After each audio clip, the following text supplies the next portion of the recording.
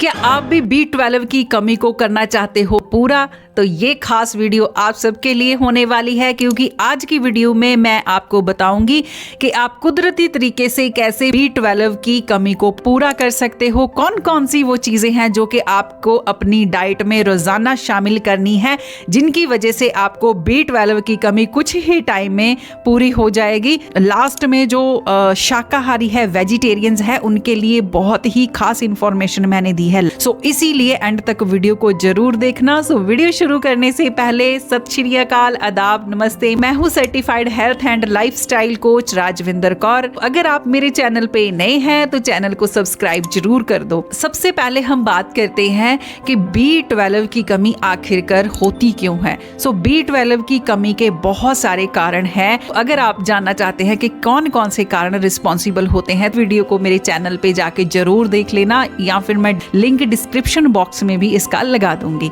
फिर भी मैं आपको थोड़ा सा बता देती हूँ कि B12 की कमी बहुत सारे कारणों की वजह से होती है। सो उनमें से सबसे बड़ा कारण है कि मोस्टली हमारे जो इंडियंस हैं उनको विटामिन B12 की कमी रहती है, वो वेजिटेरियन है। सो B12 होता है वो मोस्टली एनिमल बेस्ड प्रोडक्ट्स में ही पाया जाता है। सो प्लांट बेस्ड प्रोडक्ट में B12 नहीं पाया जाता है, या फिर बहुत ही कम चीज़ों में देखने को मिलता है। तो इस वजह से ज़्यादातर लोगों को B12 की कमी आती है। सो इसके अलावा अगर B12 रिच फूड आप नहीं खाते हो तब भी आपको B12 की कमी हो जाती है। सो इसके अलावा और बहुत सारे कारण हैं। सो अब बात करते हैं कि आपको अपनी डाइट में कौन कौन सी चीजें शामिल करनी है, जिनको आप अपनी डाइट में ऐड करके आप B12 की कमी को हमेशा के लिए बाय बाय कह सकते हैं, पूरा कर सकते हैं। सबसे पहले हम बात करते हैं वेजिटेरियंस के लिए। सो सबसे पहले जो फूड आइटम आती है B12 रिच फूड की, वो है फिश।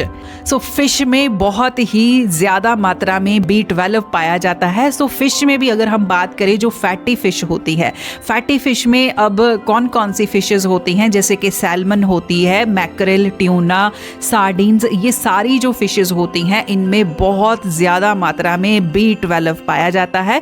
सो अगर आप नॉन वेजिटेरियन है तो आप फिश का कंजप्शन हर एक वीक में एक दिन जरूर कीजिए, तो आपको कभी भी B12 की कमी नहीं होगी। सो ये जो फिशेस होती हैं ये थोड़ी कॉस्टली पड़ जाती है हमारे इंडिया में, तो सब इसको अफोर्ड नहीं कर सकते हैं। सो जो अफोर्ड कर सकते हैं तो वो अपनी डाइट में जरूर शामिल करें वंस इन अ वीक। अब नंबर 2 पे बात करें डेयरी प्रोडक्ट्स। सो डेयरी प्रोडक्ट्स में भी B12 बहुत ज़्यादा पाया जाता है। सो अगर आप दिन का 1 कप दूध पी लेते हैं, जितनी रिक्वायरमेंट आपको एक पर डे की B12 की होती है, तो 50% वो 1 कप दूध से ही आपकी हो जाती है। सो अब बात करें तो डेयरी प्रोडक्ट्स में और कौन कौन सी चीज़ें हैं, जैसे कि आप अपनी डाइट में दही शामिल कर सकते हैं, पनीर शामिल कर सकते हैं, छाछ, और इसके अलावा चीज़ ले सकते हैं, स्विस चीज़ ले सकते हैं, कॉटेज चीज़ ले सकते हैं। तो ये सारे ही जो प्रोडक्ट्स हैं, डेयरी प्रोडक्ट्स हैं, इसमें भर भर के B12 की मात्रा होती है। लेकिन अगर आपको कोलेस्ट्रॉल की प्रॉब्लम है तो तब आपको ये ध्यान जरूर रखना है कि आप डेयरी प्रोडक्ट्स का लिमिटेड ही कंजप्शन करें। बहुत ज़्यादा फैट वाली चीज़ें आप ना खाएं, आप कम फैट वाले जो डेयरी प्रोडक्ट्स हैं आप उसका इस्तेमाल करें, तो आपके लिए बेटर होगा। और आप डेली इनको ना लेके आप कभी कभी इनको अपनी डाइट में शामिल कर सकते हो। सो कोलेस्ट्रॉल की अगर प्रॉब्लम है तो आपके लिए फैटी फिशेस बहुत ज़्यादा बढ़िया है, जो कि आपको मैंने पहले भी बता दी हैं कौन कौन सी है, आपके लिए वो ऑप्शंस ठीक रहेगा।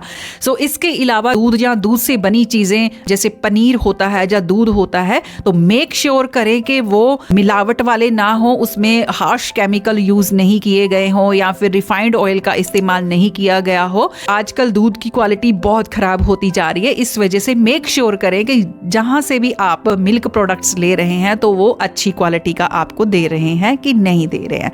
और इसके अलावा अब हम बात करें नंबर 3 पे, एग्स।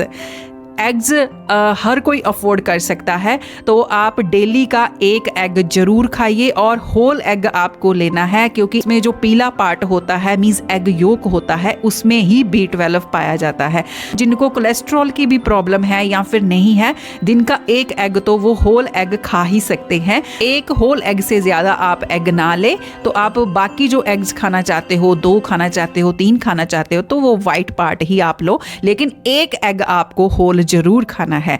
अब नंबर 4 पे बात करते हैं जो B12 रिच है, वो है चिकन एंड मटन लिवर। अगर आप नॉन वेजिटेरियन हो तो आप मुर्गे का मीट शामिल कर सकते हैं अपनी डाइट में, और इसके अलावा मटन लिवर होता है, उसमें बहुत ज़्यादा B12 पाया जाता है। So again once in a week आप इनको खा सकते हैं, तो ज़्यादा भी नहीं खाना है। सो ये आपके लिए बहुत बढ़िया ऑप्शंस रहेंगे। सो ये तो थी सारी वो चीज़ें नॉन वेजिटेरियंस के लिए जो कि आपको अपनी डाइट में शामिल करनी है, जिसमें मैंने आपको बताया कि डेयरी प्रोडक्ट्स आपको यूज करने हैं, एग्स यूज करने हैं, इसके अलावा चिकन एंड मटन लिवर और फिश आपको इंक्लूड करनी है। अब तक वीडियो में दी हुई जानकारी अगर आपको आ रही हो पसंद, तो आप वीडियो को लाइक जरूर कर दो और मुझे ये जरूर बताओ कि आप B12 की कमी को पूरा करने के लिए इनमें से कौन कौन सी चीज खाना शुरू करने वाले हो। अब बात करते हैं वेजिटेरियंस के लिए कि वेजिटेरियंस को अपनी डाइट में B12 की डेफिशिएंसी को पूरा करने के लिए क्या क्या इंक्लूड करना है।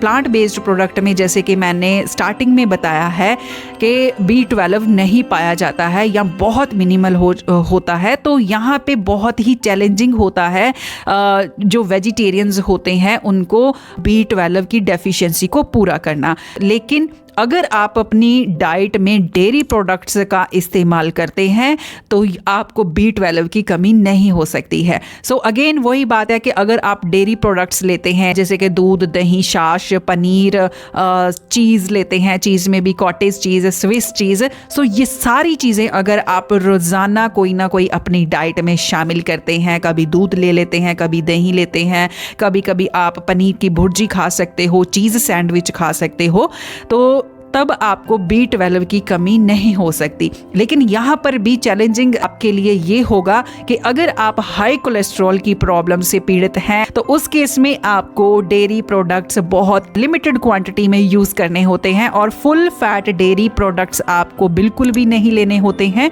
तो आपको बहुत ही कम फैट वाली चीजें आपको लेनी होती हैं, तो उस टाइम आपके लिए चैलेंजिंग हो जाता है कि B12 की डेफिशिएंसी को पूरा करने के लिए। दूसरा जो चैलेंज आता है वो है कि अगर आप लैक्टोस इंटॉलरेंस हो, दूध में लैक्टोस नाम का जो शुगर है वो पाई जाती है, तो जिसकी वजह से आपको दूध डाइजेस्ट ही नहीं होता है। सो उस टाइम भी आप B12 की कमी को पूरा करने के लिए आपको डिफिकल्टी फेस करना पड़ सकता है। उस वजह से भी आपको विटामिन B12 डेफिशिएंसी हो सकता है पूरी ना हो सके।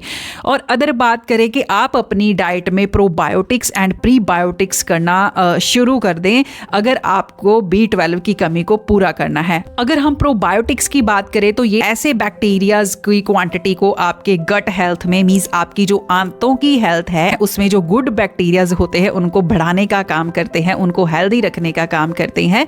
तो अगर आपकी वो बैक्टीरियाज हेल्दी रहेंगे, उनको ये हेल्दी फूड मिलेगा, आई मीन B12 रिच खाएंगे, तो वो उनको एब्जॉर्प्शन करने का काम बहुत ही अच्छे से करेंगे।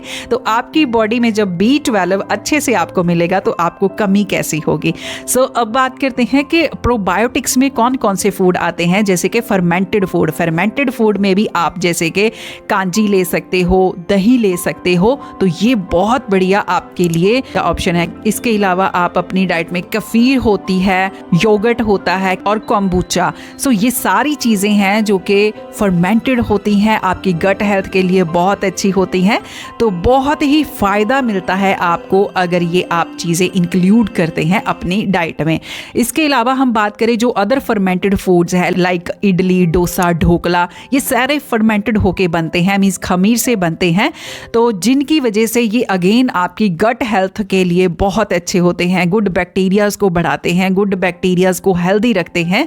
तो अगेन अगर आप इनको, जिनमें से भी आपको B12 मिलता है, वो उस रिच फूड से अगर आपको इनको कंबाइन करके खाते हो तो ये आपके उस फूड से B12 को बहुत ही बढ़िया तरीके से एब्जॉर्व कर लेते हैं, तो आपकी बॉडी में आपको प्रोवाइड करते हैं। अब क्या करना है आपको कि फर्मेंटेड फूड जो आप खाते हैं, जैसे इडली, ढोकला, डोसा खाते हो, तो आप जैसे डोसा खा रहे हो तो आप उसमें पनीर की स्टफिंग करवा सकते हो। ढोकला खा रहे हो तो साथ में और आप पनीर भी ले सकते हो, या फिर आप साथ में लस्सी पी सकते हो, या फिर आप इन चीज़ों का साथ में अगर आप इस्तेमाल करते हो तो आपको बहुत ही अच्छे तरीके से B12 मिलता है। B12 को एब्जॉर्व करने का काम ये बहुत तेजी से करते हैं, तो आपको B12 की कमी नहीं आएगी। इसके अलावा प्रीबायोटिक्स की बात करें तो अगर आप रोजाना एक बनाना खाते हैं, अगर आप लहसुन का इस्तेमाल करते हैं, इसके अलावा अनियंस मीन्स प्याज बहुत अच्छे रहते हैं आपकी गट हेल्थ में जो बैक्टीरियाज होते हैं उनको गुड रखने के लिए। इन चीज़ों का अगर आप ध्यान रखते हो तो आपको B12 की कमी नहीं आ सकती है। लेकिन फिर भी आपको B12 की कमी आ रही है, या फिर आप डेयरी प्रोडक्ट्स यूज़ ही नहीं कर सकते हैं, या फिर इडली डोसा आप नहीं खा सकते हो, तो उस केस में जो वेजिटेरियंस होते हैं उनके लिए चैलेंजिंग काम होता है कि B12 की डेफिशिएंसी पूरी नहीं हो पाती, तो उस केस में आपको सप्लीमेंट्स लेने ही पड़ेंगे। सो पहले आप अपना टेस्ट जरूर करवाएं जब भी आपको B12 की कमी के लक्षण दिखाई देते हैं। डॉक्टर की एडवाइस लेने के बाद ही आप B12 को कंज्यूम करें। सो अगर आपको B12 की बहुत ज्यादा कमी हो जाती है तो उस केस में आपको B12 के इंजेक्शंस भी लेने पड़ते हैं। सो कहने की बात यह है कि अगर आपको किसी भी तरीके से B12 की डेफिशिएंसी आपको हो गई है तो आप वेजिटेरियन हैं, आपकी कमी नहीं पूरी हो रही है, तो उस केस में आप सप्लीमेंट्स की हेल्प ले सकते हैं। सो ये थी आज की जानकारी जिसमें मैंने बताया कि नॉन वेजिटेरियंस को और वेजिटेरियंस को कौन कौन सी डाइट देनी है B12 की डेफिशिएंसी को पूरा करने के लिए, और वेजिटेरियंस को कौन कौन सी चैलेंजेस आते हैं। सो ये थी सारी जानकारी। सो वीडियो में दी हुई जानकारी आपको आई हो पसंद, तो वीडियो को कर दो लाइक, शेयर एंड कमेंट। सो मिलते हैं नेक्स्ट वीडियो में एक नए टॉपिक के साथ। तब तक के लिए आप सबका धन्यवाद।